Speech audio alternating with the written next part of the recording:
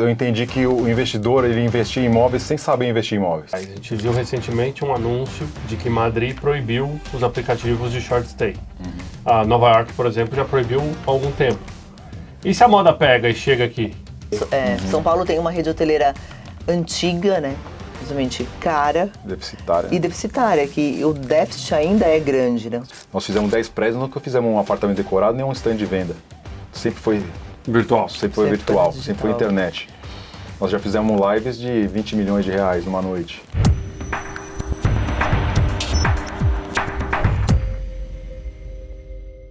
Fala galera, sejam bem-vindos a mais um episódio do Yup Talks, o podcast onde você se atualiza sobre tudo o que acontece no mercado B2B brasileiro, no mercado de tecnologia, conhece histórias de pessoas incríveis e com certeza aprende bastante. Eu sou o Thiago Alves, host aqui do Yup Talks, já nessa terceira temporada, indo quase para a quarta temporada, o negócio está bombando, tenho certeza que vocês estão adorando todos os episódios que já estão disponíveis para você. Antes de começar esse episódio e apresentar os nossos convidados, eu queria pedir a você que está do lado aí, de não esquecer de comentar durante esse episódio se está gostando, ou mesmo interagir com os nossos convidados. A gente sempre deixa o dever de casa para eles entrar depois aqui e responder um pouquinho da pergunta de vocês. Então participem, gente, apesar de ser um episódio gravado, a gente conta muito com a sua participação. E agora é o melhor momento para você já deixar aquele like e não deixar de, e não esquecer de seguir o nosso canal aí, tanto no YouTube, quanto seguir no Instagram, no TikTok, em todas as mídias sociais possíveis. Então, muito obrigado pela sua participação. E hoje a gente vai trazer um tema que é muito legal, investimentos imobiliários. Não sei se vocês já pararam para pensar, mas o brasileiro investe bastante no mercado imobiliário. Isso é um conselho de geração, inclusive, vem lá dos nossos avós, dos pais. Invista em imóveis. E hoje a gente vai trazer o olhar por trás do concreto. E os nossos entrevistados de hoje são os queridos Mariana Menezes e Marcelo Menezes. Sejam muito bem-vindos ao Yup Talks. Muito obrigado pelo convite, Thiagão.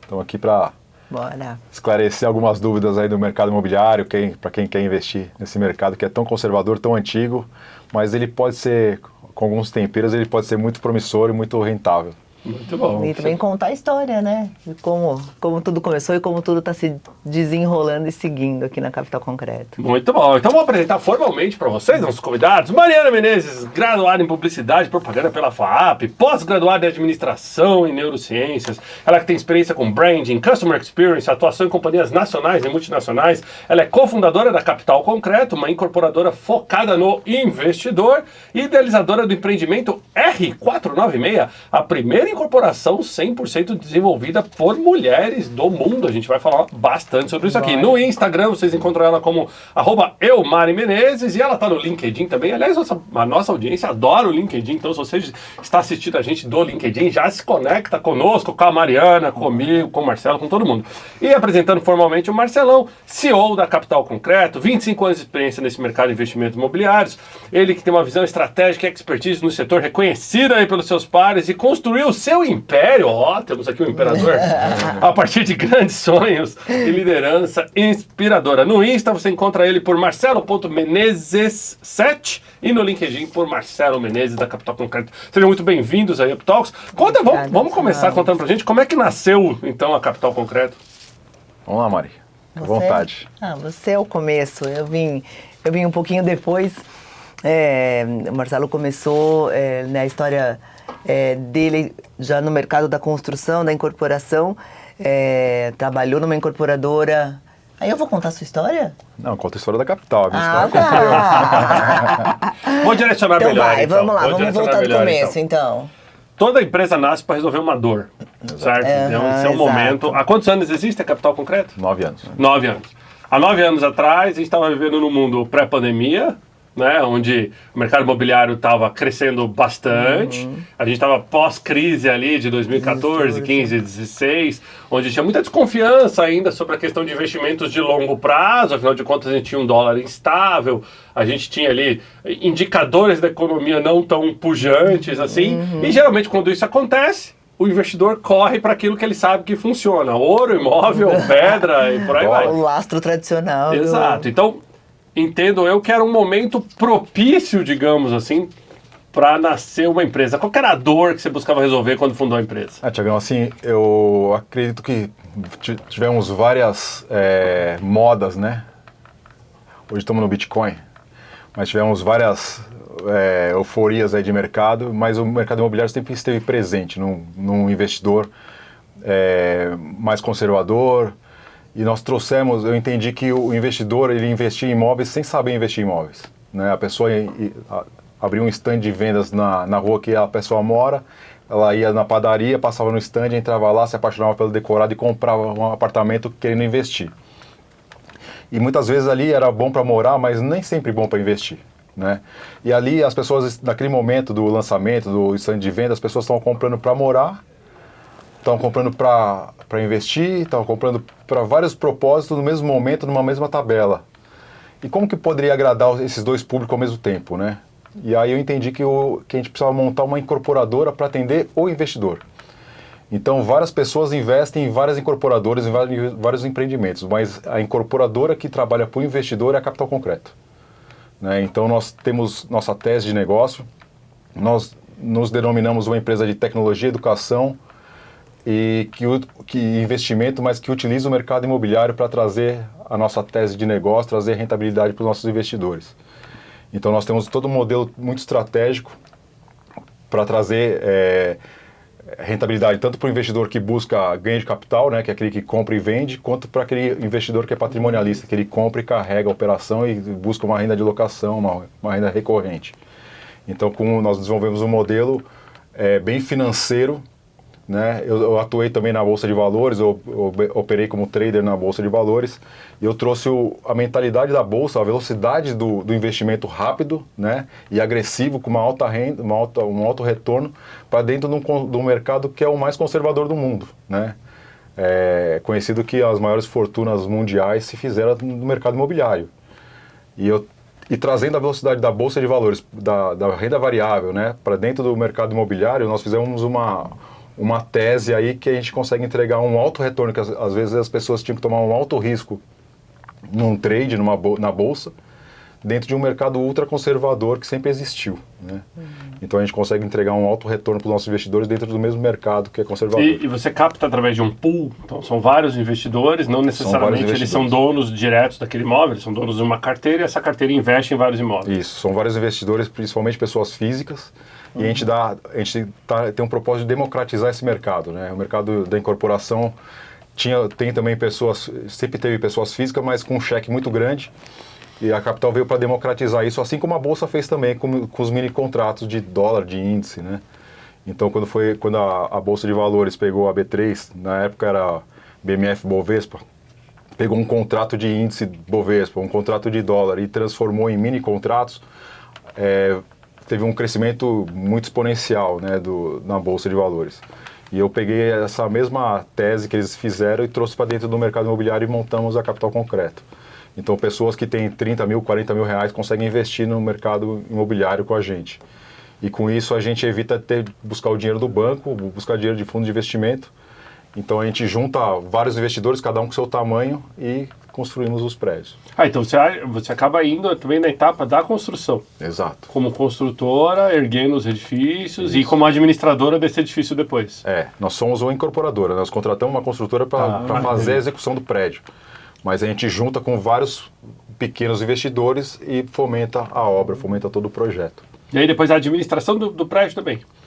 Das locações, tudo. Isso, também temos parceiros que fazem a administração, temos parceiros também que fazem a mobília, a Leroy Merlin, nosso parceiro.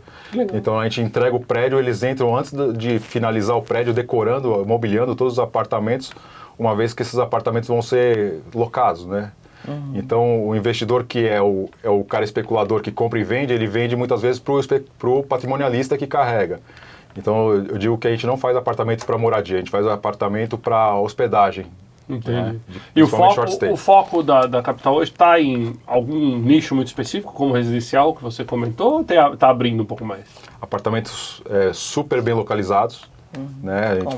Compactos e com característica de short stay, sempre perto de metrô, de shopping centers, lugares onde as pessoas querem se hospedar. Localização, né? As regras do mercado imobiliário. Os três pilares básicos, né? Pilares básicos do mercado imobiliário. E em que momento a Mari chegou, então, na Capital? Cheguei mais ou menos um ano depois Marcelo tinha começado com um grupo de sócios e aí chegou aquele momento, preciso de alguém para vendas, marketing. Eu vinha de uma carreira no corporativo, no marketing, estava com Customer Experience nessa época e eu brinco, falo que comecei ajudando, né, atendi um cliente, fazia alguma coisa junto com o Marcelo no final de semana, até que chegou aquele momento de, então vamos de vez.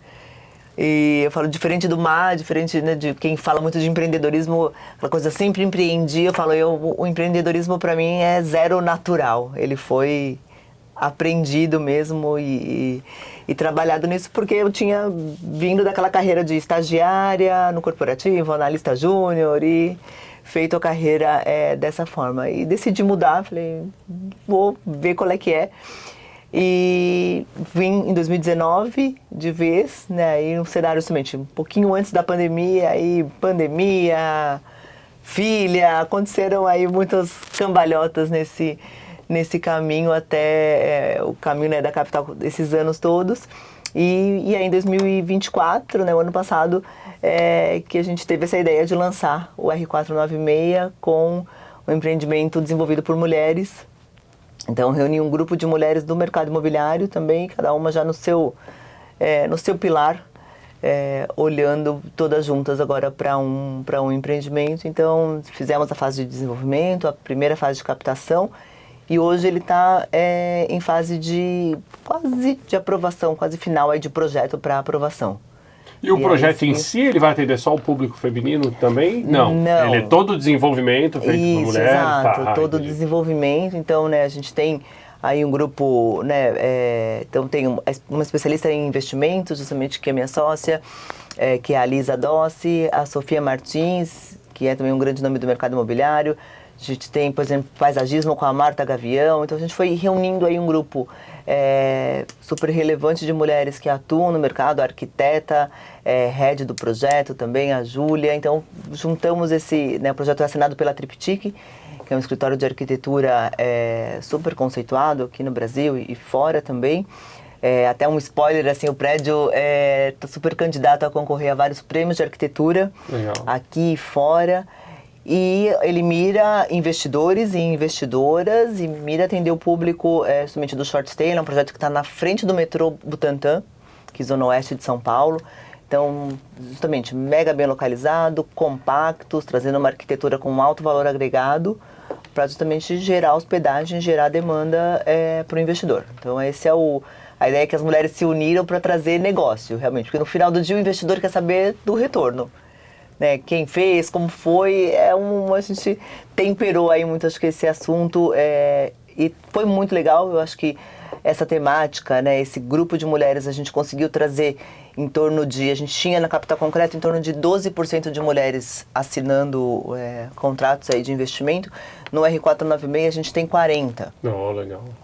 Num total de quanto?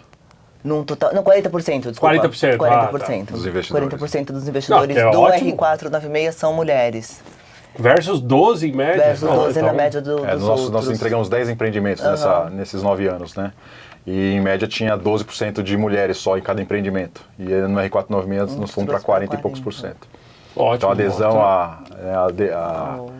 ao tema, eu acho, a adesão das mulheres acho que se viram representadas, se identificaram muito com o que nós já estávamos fazendo, e né, justamente falou assim, eu trouxe mulheres que já fazem isso, então foi reunir o grupo. Eu acho que essa força que a gente conseguiu trazer também trouxe, né, a capital para um público novo, que talvez não enxergava o investimento imobiliário como acessível, como possível. E aí a gente trouxe essas mulheres para o mercado imobiliário também. Então tem sido uma jornada muito, muito legal. E eu falei, vão vindo outras mulheres, porque na incorporação imobiliária, você sabe, é um caminho longo, é um projeto de time mesmo, porque cada hora está em um foco. Então eu fiquei também super feliz, por exemplo, trazer a Marta Gavião agora para assinar paisagismo. A gente vai, acho que, empilhando aí também grandes mulheres em cada fase do projeto. Muito legal. Vou te conectar depois, aliás, um abraço para ela, para Elisa Tawil, que tem um grupo focado de mulheres no mercado imobiliário. Conheço a Elisa. Muito legal. A gente já fez umas conversas, vira e mexe, a gente... Mas ela é super relevante, realmente. Ela tem uma representatividade enorme, mas... E ela começou essa esse tema de levantar uma bandeira de mulheres no imobiliário. Começou lá atrás com facilities, entrou depois na parte toda de real estate, patrimônio, que é muito importante. Era um mercado dominado por homens durante muito tempo. Porque ele já vem da construção civil, que é natural, 95% homem, né? E aí acaba ficando natural. Provavelmente até mais, né? E assim, foi muito surpreendente porque fez toda a diferença o toque feminino, sabe? Sempre teve, por mais que os projetos eram muito mais desenvolvidos por homens, sempre teve mulheres no meio do caminho também, auxiliando, engenheiras, arquitetas, né?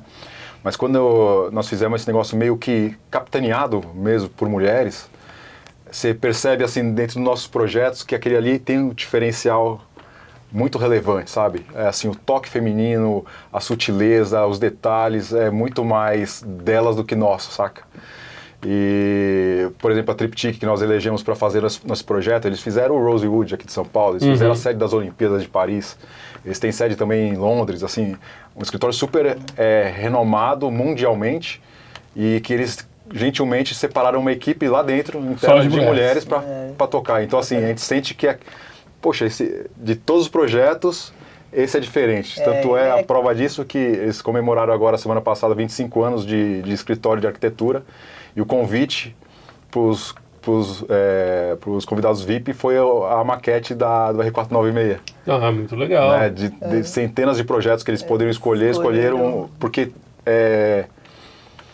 não propositalmente, mas aconteceu de ficar muito diferenciado por elas. Agora, por exemplo, você comentou a região do Butantã, né, que está lançando. Na verdade, quem passa ali por Butantã em São Paulo vê que é um prédio ao lado do outro, ele sai tudo em volta da linha de metrô. E, aliás, recentemente a gente teve um anúncio da linha do metrô indo até a região lá na frente de Cotia e por aí vai. Isso, a primeira linha que vai sair do município, né, de São Paulo. Eu moro naquela região ali e agradecerei bastante, porque tudo depende de carro. Desafoga um pouco, né? Exatamente, muito. Que é o Raposo Travares. Já ouviu falar? Então só não trava. Não sei se você sabe, Tiagão, mas uma curiosidade, né? A prefeitura hoje nos incentiva a fazer prédio sem vaga.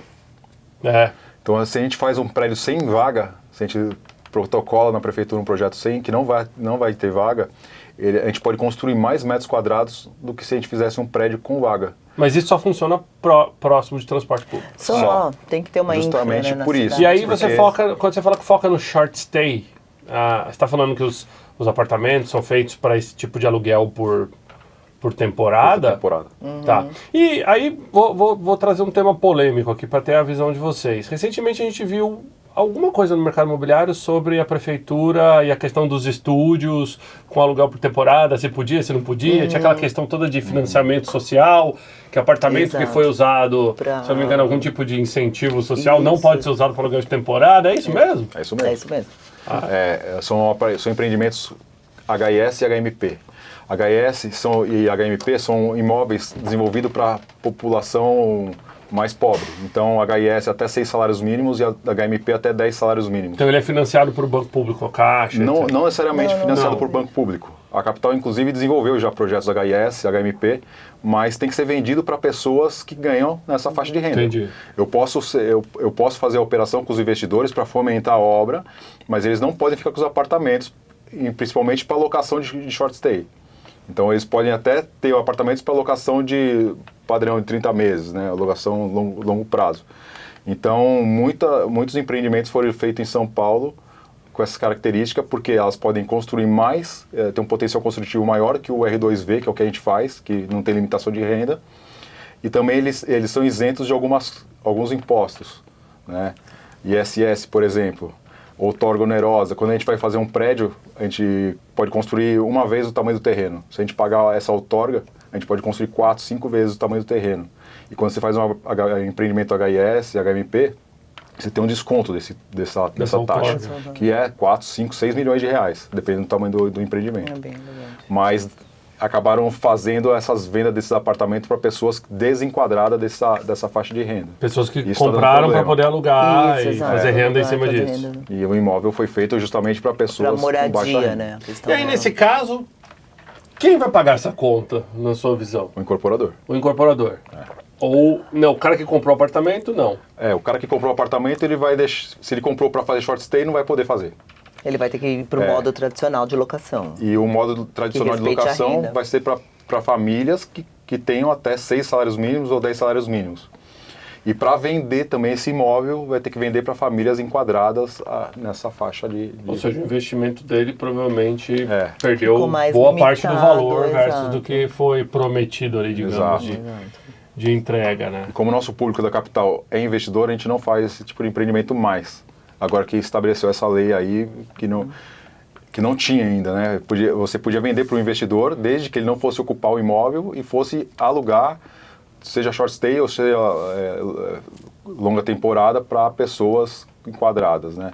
E agora não pode mais fazer short stay. Agora, por exemplo, seguindo tendências mundiais, a gente viu recentemente um anúncio de que Madrid proibiu os aplicativos de short stay. A Nova York, por exemplo, já proibiu há algum tempo.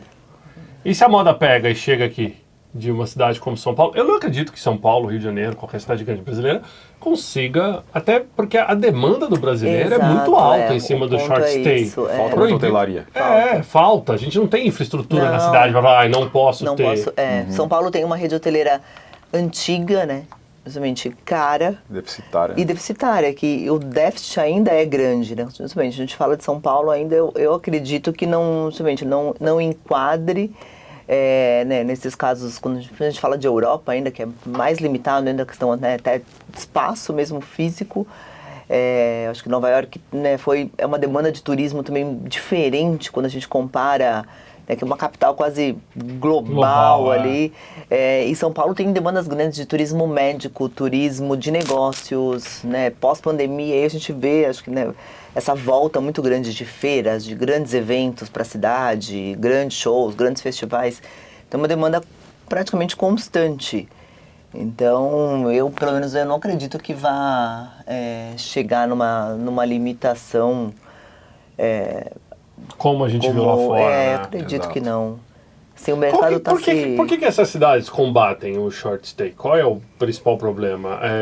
É a sonegação, porque a coisa é feita ali pelo aplicativo, então a rede hoteleira ela é regulada, né? Exato. Ela emite nota fiscal. Ela tem o contrato de locação tradicional, muitos desses contratos também, eles são registrados na matrícula do imóvel e tal. Ele combate um pouquinho mais a informalidade. O aplicativo não. Né? Bota lá, quero alugar esse quartinho aqui. E próximo você entrega. Colocam lá. Mas aí é uma sonegação da pessoa, né? Porque ela tem que declarar o imposto de renda, aí deveria, se ela está andando fora da lei, aí já podemos andar fora da lei em várias situações, não só nessa, né? E aí mas hoje, do jeito que o governo se comporta, ele transforma a gente tudo sempre num fiscal para ele mesmo, né? Então hoje tudo é retido na fonte, a gente que já é obrigado a reter o imposto para pagar. Então o governo sempre acha uma forma de não tomar esse prejuízo. Mas eu acredito que muitos empreendimentos, eles deixam de usar ou permitir o short stay justamente por o prédio não ser feito para isso, sabe? E aí misturar pessoas que estão ali morando e pessoas que estão ali se hospedando. E isso gera um entre-sai de muitas pessoas estranhas dentro do prédio, que é uma convenção de condomínio, eles vão lá e bloqueiam, entendeu? Então eu acredito que o que pega mais é a segurança. Mas se for desenvolvido com propósito, já preparado para isso, a gente consegue mitigar. Me lembra minha adolescência na praia, ouvindo as discussões de condomínio, se podia ou não alugar o apartamento. Dá tempo no verão. No verão. E aí, condomínio, pode, não pode, aquela briga. Porque muita gente que fazia investimento de apartamento na praia era para isso. Exato, né? Não tinha essa outra opção. É o cara que usa com a família não quer, o cara que comprou para alugar quer, né? E começa o conflito. Né, e muitas vezes o cara que investiu, que é quem paga as contas do prédio, tinha muito prédio fantasma, né? Parece que 80% de pessoas que não vão, e aí aqueles 20% dos que vão queriam um tipo de logística no prédio que não tinha como funcionar, assim. Não, com certeza. É complexo. Deixa eu perguntar para vocês, a gente está vendo uma transformação forte no mercado imobiliário, no tipo de ativo que está sendo construído, né? Nunca se falou tanto em uso misto, igual a gente está vendo agora. E São Paulo e outras grandes cidades têm focado muito em temas como fachada ativa, etc e tal. Você também está adaptando o teu projeto para essa demanda? Assim, você já tem entregado coisas de mixed use? Sim. E isso aí é por conta justamente do trânsito que nós temos aqui em São Paulo, né? Então o governo, a prefeitura incentiva muito que a gente crie situações que a pessoa tenha que se locomover o quanto menos melhor, entendeu? Então ali a gente faz e quando a gente faz um prédio hoje, a gente faz ele meio pensado já para ele se retroalimentar. O que seria isso? Por exemplo, nós estamos lançando um empreendimento aqui no Brooklyn, perto daqui de vocês, que teremos apartamentos para locação e teremos auditório para 700 pessoas e teremos fachada ativa que terão restaurantes. Ou seja, as pessoas vão vir de outros estados, de outras cidades para algum evento dentro do prédio, que vão se hospedar no prédio e vão se alimentar no prédio. Né? Então, assim, com isso a gente gera mais retorno para os nossos investidores, porque a gente monta um empreendimento muito bem pensado para isso, uma vez que nós somos a incorporadora do investidor, entendeu? Então a gente melhora a questão de vacância, a gente alimenta o comércio da fachada ativa, que hoje muitas incorporadoras estão apanhando, né, para ocupar essas fachadas ativas, porque às vezes não tem a demanda, a empresa não quer alugar a fachada ativa, o restaurante não quer estar ali porque não tem consumo. Mas se a gente gerar uma demanda grande através de um auditório, por exemplo, né, a gente vai gerar tanto locação dos apartamentos quanto o faturamento da fachada ativa. A fachada ativa não pode vender, né? Ela pode. Ela pode? Você pode vender um? Pode. Porque eu não sei onde eu ouvi, agora pode ser que eu ouvi errado, que um grande problema da fachada ativa estava porque ela não podia ser vendida ou permutada. Então, por exemplo, se tivesse uma permuta do terreno, a pessoa que cedeu o terreno, ou a incorporadora, ou a construtora, se tivesse algum tipo de coisa de permuta e falasse, você vai ficar com tantos metros da fachada ativa, isso não estava podendo ser autorizado. Pode ser que eu ouvi errado também. Não, pode sim. Então menos mal. Inclusive nós temos alguns casos desse tipo aí. Nós permutamos a fachada ativa. Com o terrenista. Mas ele não é sócio, não é uma SPE, ele não é parte da... Ele é uma SPE, só que ele está recebendo como pagamento do terreno a fachada ativa. Uma parte a gente, por exemplo, uma fachada ativa de 500 metros, a parte dele é 100 metros para pagar. Não, sim, mas e vender para um terceiro que não está na SPE? Pode também. Pode também? Inclusive, mas o permutante não está na SPE com a gente. Entendi. Para benefício da nossa audiência, SPE é quando você cria uma entidade legal com um propósito específico. Né? Inclusive o nome vem de sociedade de propósito específico. Então muitas empresas usam isso como uma forma de falar, olha, vamos construir uma caneca aqui, um prédio, vamos. Então o que a gente faz? Tem empresa A, B, C. Então vamos todo mundo fazer parte dessa nova entidade legal e a gente cria o chamado SPE. Então o UpTalks também é cultura. A gente traz aqui conhecimento para vocês que quem não for do mercado imobiliário já aprendeu maior. SPE. E a SPE é muito usado para o mercado imobiliário, mas é uma estrutura societária que pode ser utilizada para qualquer segmento. Né? Se você quiser trazer um carro, importar um carro dos Estados Unidos, eu posso, com o Thiagão aqui, montar uma SPE, eu aportar um valor, ele aportar outro, a gente trazer esse carro. Inclusive, chegou o carro, vendeu, né? A gente encerra, porque ela é uma empresa com propósito específico X, né? Não, e funciona muito bem. Dentro da legislação complexa brasileira, a SPE é uma das ótimas... Um ótimo instrumento. E o bom é que ela segrega, né? Então, Exato. cada empreendimento que nós fazemos, a gente abre uma SPE. Então, assim, existe uma contabilidade segregada, né? Então, segrega patrimônio, a gente tem uma governança muito mais adequada para que não misture os caixas. Contas, né? Banco, é tudo totalmente separado. Segregado de uma... Mário, você que vem da área de Customer Experience, em que momento vocês olham para CX dentro da capital? CX do investidor, qual é? Qual é? Eu definiria basicamente, assim, em uma palavra, como relacionamento. Porque quando a gente traz o investidor, fala o que eu estou oferecendo para o investidor, né? Estou oferecendo ele participar nessa etapa de incorporação e basicamente estou mostrando o que a capital já fez e dizendo o que eu vou fazer no futuro. Né? Então esse mix, o que eu preciso primeiro ganhar dele é a confiança. De falar, eu acredito que esses caras vão entregar esse prédio, vão fazer esse empreendimento dessa forma, por isso vou participar para desfrutar dessa lucratividade. Então a gente olha muito para o relacionamento com esse investidor. A gente tem aprimorado a equipe, crescendo aí também para justamente conseguir fazer esse atendimento com toda a dedicação que precisa. Então, acho que hoje a gente baseia muito esse relacionamento em relatórios, nessa prestação de contas do que está acontecendo. Porque, de novo, falando de quando quando a gente começa a olhar um terreno para quando o prédio está sendo entregue, é um ciclo muito longo, né? É um ciclo que a gente está falando, a nossa obra é mais rápida, a gente fala de terrenos menores em São Paulo, mas mesmo assim muita coisa acontece. Então a gente tem relatórios aí periódicos com esses investidores, tem eventos de relacionamento, tem lives, muita comunicação voltada para que ele entenda o que está acontecendo em cada etapa e se sinta seguro em cada uma delas. Na realidade, Thiagão, a gente vende confiança, né? a gente toca na parte do corpo que mais dói da pessoa, que é o bolso, né? E no modelo que nós fazemos, o investidor, a gente chama de investidor para ficar mais fácil, mas na realidade ele entra como sócio participante numa SCP, né? Que está abaixo de uma SPE. SCP que significa Sociedade em Conta de Participação, né? Onde existe duas figuras, o sócio ostensivo, que é sempre a incorporadora, e o sócio participante, que é a pessoa que está aportando dinheiro. E por conta disso, a gente tem que lidar com ele como se fosse um sócio, né? Não simplesmente um cliente. E o sócio ele tem que ser respeitado como sócio. Então, por conta disso, nós somos uma empresa limitada, nós não precisamos ter auditoria, mas hoje nós temos auditoria pela KPMG, porque a gente quer mostrar transparência para eles. Nossas obras são monitoradas com câmeras em tempo real. Eles têm um aplicativo no celular que eles podem acessar a qualquer momento e ver a obra funcionando, né? Então, é o dinheiro dele que está lá junto com o nosso. Então, é muito importante essa transparência e o pertencimento também, né? Qual que é o homem que nunca sonhou em comprar um terreno para 2 sobradinhos, né? Então, hoje eles fazem prédios junto com a gente, e cada um com o seu tamanho. Tem investidor de 100 mil, tem investidor de 5 milhões lá dentro da capital. E todos eles podem passar no prédio, na rua e falar, filho, esse prédio aqui o pai ajudou a construir. Né? Então isso é muito legal. E como é que vocês tratam temas como, por exemplo, como é que você traz inovação para o mercado imobiliário? O mercado imobiliário, desde quando a gente conhece, quando o Pedro Álvares Cabral descobriu o Brasil, colocou uma plaquinha de aluga-se, não muda. Você aluga prédio até hoje do mesmo jeito, né? Você passa ali, você vê prédio ainda com a plaquinha de aluga-se.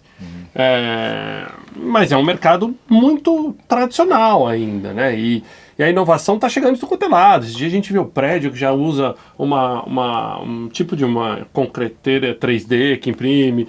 A gente vê QR Code, a gente vê os caras com óculos virtual. Assim que vai ser seu prédio. Então tem muita coisa chegando no mercado imobiliário. Mas e na prática, lá na ponta, assim, dá para trazer inovação também? O cara, ele vê valor agregado, o investidor, quando você traz esse monte de coisa para a firula do prédio? Ou ainda manda o business case e a questão financeira? Ainda é o business case, mas a gente está sempre colocando tecnologia, né? Uma das vertentes da capital é tecnologia. Nós fizemos 10 prédios, nunca fizemos um apartamento decorado, nem um stand de venda. Sempre foi virtual. Sempre foi virtual, sempre foi internet. Nós já fizemos lives de 20 milhões de reais numa noite. Então, assim, a gente busca sempre agregar tecnologia. Hoje nós estamos querendo colocar uma IA que vai ser concierge dentro dos apartamentos. Então ela vai lembrar de você, vai te acordar, ela vai te passar uma receita, ela vai lembrar das contas que você tem para pagar hoje. Agendar uma limpeza. Agendar uma limpeza. Então a gente está colocando muita tecnologia embarcada para trazer uma sofisticação, mas que não onere o custo de condomínio, por exemplo, né? Então a gente embarca tudo que é tecnologia, mas quando a gente aumenta o custo de condomínio, quem sofre é o investidor, porque quem está pagando, ele está pagando o condomínio, aluguel e IPTU. Se o condomínio for alto, o IPTU não tem como mexer, o aluguel que tem que baixar, e isso põe menos dinheiro no bolso do investidor. Então a gente está sempre agregando portaria virtual, tecnologia para todo lado. Se a pessoa precisar furar um quadro para pendurar na parede, ela não precisa comprar uma furadeira. Ela entra no aplicativo, daqui a uma hora tem uma furadeira lá, ele vai lá, faz 2 furos, aperta de novo no aplicativo, alguém vem buscar a furadeira. Ótimo. Se precisar passear com o cachorro, entra no aplicativo, vem o cara lá e leva o cachorro para passear. Se quiser dar banho já também no cachorro. Um carro compartilhado, um carro elétrico na garagem ali, de 2, 3 vagas só, não é uma garagem, mas vai ter 2, 3 vagas para o cara ir lá, escanear o QR Code e sair com o carro. Então, eu acho que a tecnologia não precisa simplesmente ser na impressora 3D para fazer o prédio, entendeu? A gente continua fazendo os prédios com bloco cimento, digo até com os pedreiros cachaceiro, que sempre foram, mas isso não quer dizer que é um prédio arcaico. Né? Quando a gente entrega, a gente embarca muita tecnologia lá para trazer uma experiência melhor. Eu sempre brinco muito nas minhas palestras que o mercado imobiliário, você desenha hoje como esse prédio vai ser ocupado nos próximos 100 anos. Exato. Então, tenho certeza que quando começaram a pensar nos prédios ali nos anos 70, nos anos 80, e começaram a colocar na Faria Lima, ninguém fazia a menor ideia de como a gente estaria usando esse prédio em 2025, com tecnologia, com Wi-Fi, com rede, com energia solar. Não existia isso. Então, a maior dificuldade do mercado imobiliário é você realmente, como é que você projeta um negócio que provavelmente nem eu, nem vocês vai estar aqui e esse negócio vai estar lá ainda. Né? E você ter certeza que aquilo vai funcionar ao longo prazo, né? Esse é uma grande interrogação aí. Mas, por um lado, eu gosto de pensar e falar assim, a gente também contribuindo justamente para a cidade como ela vai estar daqui 100 anos. Então, né, quando a gente hoje está falando muito em justamente trazer uma arquitetura diferente, contribuir para o bairro de uma forma diferente, eu gosto, confesso que eu gosto de pensar nisso. Eu falo assim, esse prédio vai estar aí justamente daqui, talvez... Seus filhos vão ver. Vão ver, justamente, ela vai se adaptar, ele vai... Porque ele é vivo, né? Justamente você falou, um retrofit hoje num prédio nos Jardins da década de 70. Justamente, tá, então vamos agora fazer varanda. Vamos adaptar tais coisas, porque a cidade vai mudando, né? A necessidade da cidade e das pessoas ali envolvidas é totalmente diferente hoje. Não, eu pego pelo meu exemplo. Eu nunca imaginaria. Em 1999, eu tinha 18 anos e os meus primeiros empregos é um emprego na segurança à noite num prédio na Faria Lima. Eu sou um cara grande, então é fácil mais emprego de segurança. E naquele prédio tinha uma empresa gringa que estava no 4º andar e no 5º andar, que era uma empresa que demandava bastante. E como eu tinha muita facilidade com línguas, muito me chamavam lá para atender. O nome dessa empresa é Regus, e hoje, 26 anos depois, eu sou o CEO Brasil da empresa. E quando eu volto no mesmo prédio, onde eu fui segurança à noite, e vejo com uma outra experiência, lógico, né? Com uma outra, digamos assim, visão. Mas é maluco pensar nisso, né, cara? Nunca imaginarei que estaria 25 anos depois ainda sendo impactado por aquela experiência que eu vivia lá atrás. E era, como eu operava o prédio, né, a gente trabalhava na segurança, eu estava envolvido em toda a operação do prédio, é muito engraçado você ver que o prédio ele é um organismo vivo. Total. Né, para que tudo aconteça, para que você chegue lá e aperte a recepção e alguém atenda, né? Tem muita coisa no bastidor por trás. Acontece. Exato, o seu ar-condicionado ligar. E isso é uma coisa que muitas vezes as pessoas, quando estão investindo no mercado imobiliário, ela não percebe, né? Ela só vê o valor do metro. Eu estou comprando a 12 mil metros, será que eu vou vender a 25? Será que eu vou vender a 30 lá na frente? Aliás, a gente tem visto transações já no Brasil de 40, 45 mil reais o metro ali para a região dos Jardins, até mais, né? 100 mil, 150 mil. Residencial de alto padrão, né? Ali o Rosedale, não passa de 100 mil metros. Mas esses dias a gente está, né, no R496 nessas discussões aí de desenvolvimento de produto e está no térreo. Justamente, né? Um uso misto, uma entrada residencial, uma entrada não residencial, um espaço, né, mini mercado, como que essa pessoa acessa, clausura. E aí eu até comentei com por onde saiu o lixo. E a gente, juro, o por onde saiu o lixo, juro, já rendeu umas 10 reuniões. Ou mais. E aí eu comentei com ele, falei, eu nunca imaginei que eu ia passar tanto tempo discutindo por onde sai o lixo. Eu falei, e onde é o banheiro da portaria? Porque ninguém vê isso, justamente, quando abre um stand, o que todo mundo quer ver? Como que é a fachada? O que tem no apartamento, né? Tem o glamour todo do mercado imobiliário, mas o negócio acontece e tudo tem que estar ali muito bem pensado para justamente não ser um caos de operação. O lixo vai sair, mas se a gente pensar bem, ele pode sair sem que ninguém veja. E aí são os detalhes, entendeu? Eu digo que a gente não tropeça na montanha, a gente tropeça na pedrinha, né? A gente quebra o pé na pedrinha, não é na montanha. Então, assim, o detalhe é o que faz a diferença. Né? E quando a gente parte da localização, das 40 localizações aí que o mercado fala, não acaba por aí, não. Não é que, poxa, é indiscutível. Vou construir nos Jardins, vai dar certo? Pode dar errado também. É indiscutível a localização que é boa, mas qual o produto que eu vou fazer lá? Né? De que tamanho? E aí, para isso, a gente contrata uma pesquisa de mercado, a gente traz tecnologia, traz inteligência, que aí vem a papo da tecnologia, né? Então, hoje nós temos parceria com o DataZap, por exemplo, o Grupo Zap, o maior portal da América Latina. Todo mundo que vai comprar um imóvel, quer alugar um imóvel, entra lá e consulta lá. Então, ali a gente sabe, a gente tem gráficos, como na Bolsa, né? Que médias móveis que indicam que tem mais lead do que tem de oferta. E a gente vai moldando o nosso produto, coincidentemente até agora, as pesquisas apontaram compactos e fizemos a lição de casa e tivemos sucesso em todos os empreendimentos que fizemos. Né? Mas se amanhã eles falarem que agora a demanda é 4 dormitórios, a gente topa fazer também, não tem problema nenhum. Né? A gente segue a cartilha e eu costumo dizer que o dados, né? Ou você vai nos dados estatísticos, ou você joga os dados lá e vai na sorte. E no mercado imobiliário não dá para errar. E no Brasil não dá para errar, né? Exato. Mas nem no mercado imobiliário, né? A gente aqui paga um alto preço. Exato, é um luxo que a gente não tem, né? E aí a gente faz também, Thiagão, empreendimentos compactos, mas pequenos. E com isso a gente não concorre com as grandes incorporadoras porque a gente não teria chance de concorrer com eles. Né? Então, enquanto eles buscam 3.000, 4.000 metros de terreno, a gente vai lá com 500, 600 metros e faz um prédio rápido. E com isso a gente evita também uma troca de governo. Né?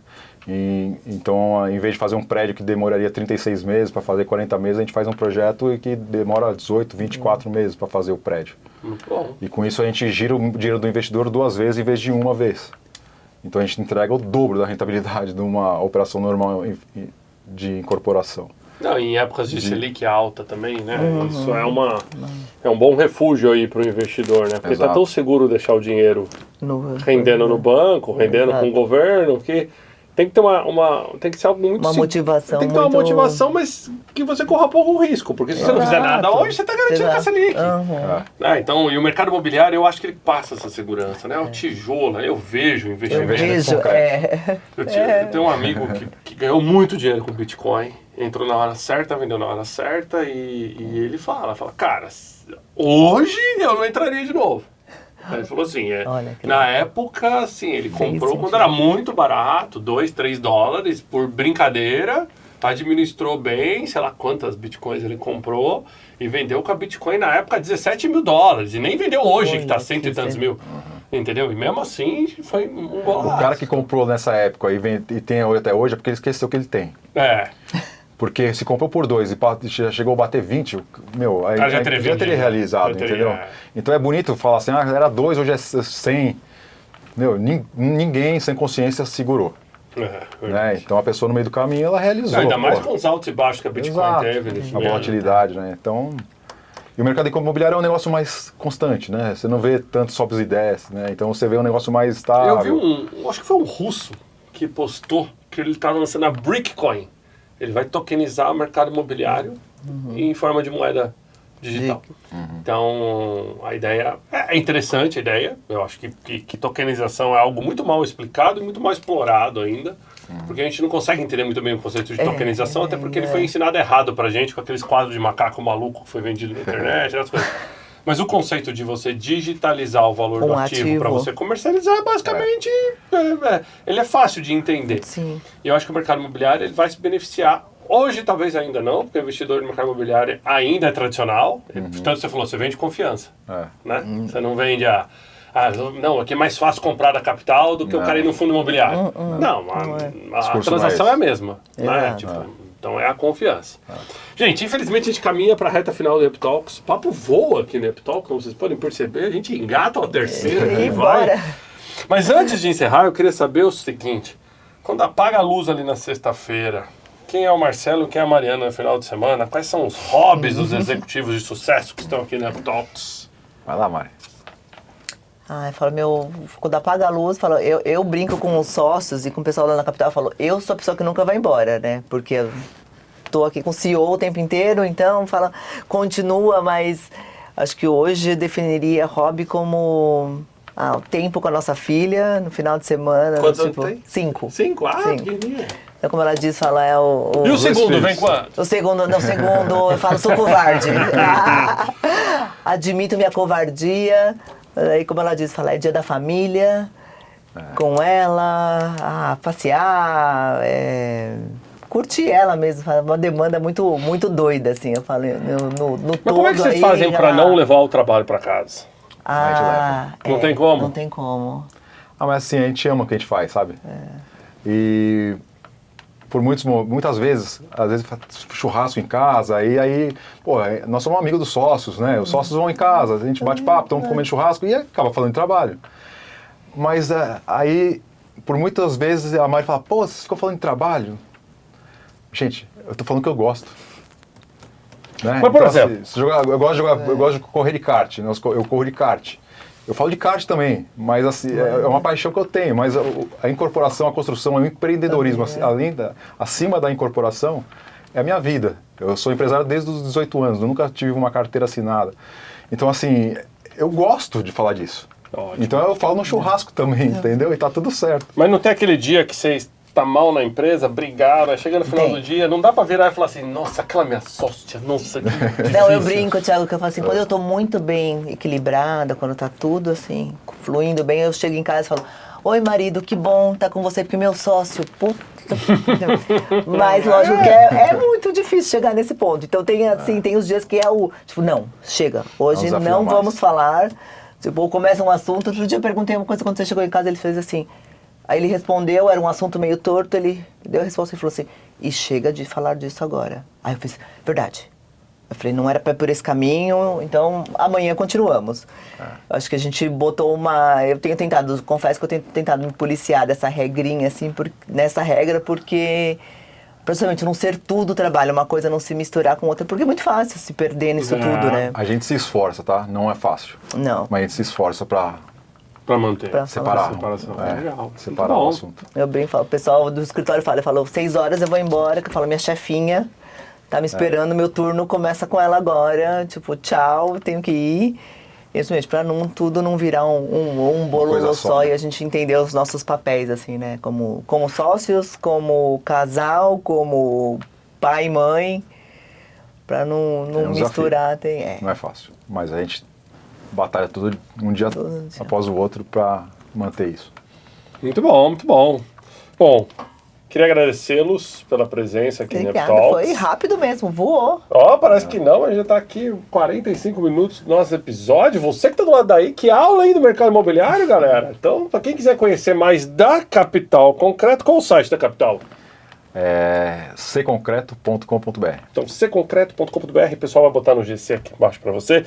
Não esquece de conectar com o Marcelo e com a Mari. Vai no LinkedIn ou no Instagram. Eu falei aqui no comecinho do episódio o arroba deles, mas a gente vai jogar de novo aqui no GC para vocês. E olha que legal esse episódio. Deixa o seu like. Não esquece também de... gostou? Comenta aí que gostou. A gente gosta de ouvir o seu feedback. Só assim a gente consegue melhorar. Então, a audiência do UpTalks é super engajada. E se você não está inscrito no UpTalks, que falha da sua parte, então clica aí para se inscrever, porque é assim que você ajuda aqui o algoritmo para a gente trazer mais conteúdos como esse. Então queria agradecer a presença de vocês. Marcelão, obrigado. Thiagão, obrigado. Um prazer. Obrigado, Mari. Eu que agradeço. Até Thiago. a próxima. Vou convidar a mulherada para construir comigo, participar do R496 também. Vai ser ótimo ter vocês conosco. Com certeza. R.496. Tem algum site específico ou acha pelo da C Concreto? Acha pelo da Capital. Então tá. Então, se você entrar no site da Capital, você vai conhecer mais do empreendimento. Aliás, eu vou querer depois, quando a gente desligar as câmeras aqui, conhecer um pouquinho mais. Muito bom. Claro. Obrigada, Thiago. Obrigado, gente. Um abraço para você. Até o nosso próximo episódio. Valeu. Tchau.